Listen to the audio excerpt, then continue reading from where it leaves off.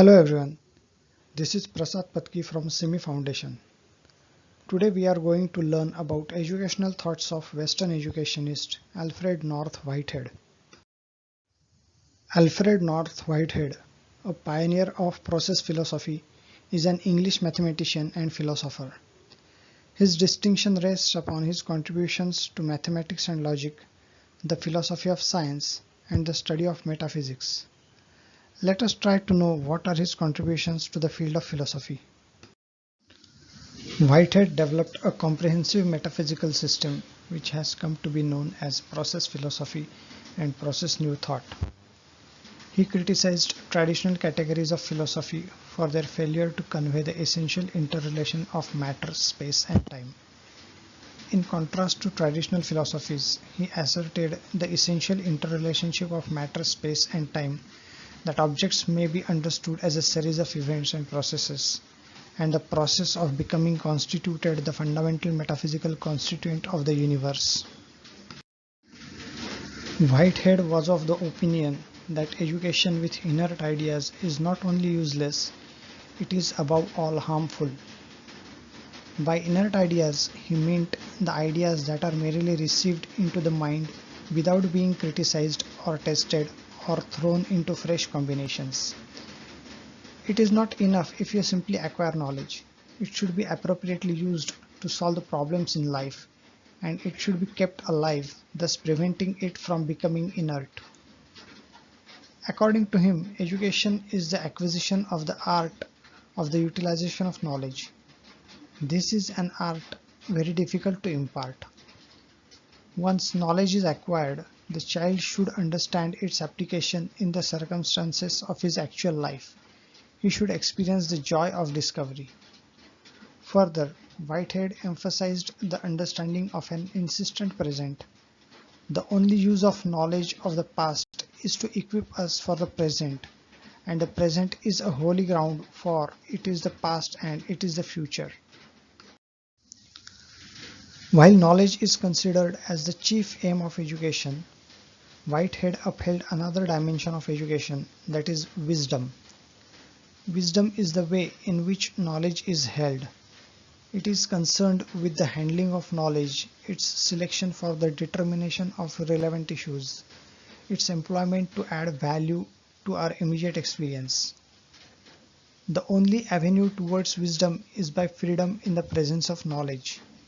But the only avenue towards knowledge is by discipline in the acquirement of ordered fact. As such, Whitehead upheld freedom and disciplines, the two essentials of education. For him, freedom without discipline is neither liberating nor creative, and discipline without freedom is ultimately futile. Undiscriminating discipline defeats its own object by dulling the mind. The claim for freedom in education insists that the development of the whole personality must be attended to. According to Whitehead, education is not a process of packing articles in a trunk. It is the process of assimilation of good food by a living organism. And we all know how necessary to health is palatable food under suitable conditions. Education is the guidance of the individual towards comprehension of the art of life. And by art of life, he meant the most complete achievement of varied activity, expressing the potentialities of the living creature in the face of its actual environment. Each individual embodies an adventure of existence. The art of life is a guidance for the adventure. He upheld that it is very important to consider a rhythm of education in the development of the total personality of an individual. By rhythm of education, he meant a principle under which different subjects and modes of study should be undertaken by pupils at fitting times when they have reached the proper stage of mental development. He identified three rhythmic stages in the mental development. 1. Stage of romance, which consists vague apprehension of facts. Knowledge is not dominated by systematic procedure. 2. Stage of precision, This is a stage of analysis of the collected facts, acquisition of knowledge in a systematic order. Width of knowledge is subordinated to exactness of formulation. And 3. Stage of generalization consists fruition, which has been the goal of the precise training, drawing generalizations from the analysis of the collected data.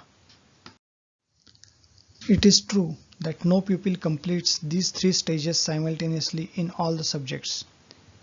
Education should consider those intra-individual differences and provide suitably for his or her total development. Whitehead also advocated education for arts, that is aesthetic appreciation, education for satisfaction of emotions, technical education, and scientific education. That's all from this session. We'll meet you again in next session soon. Thank you.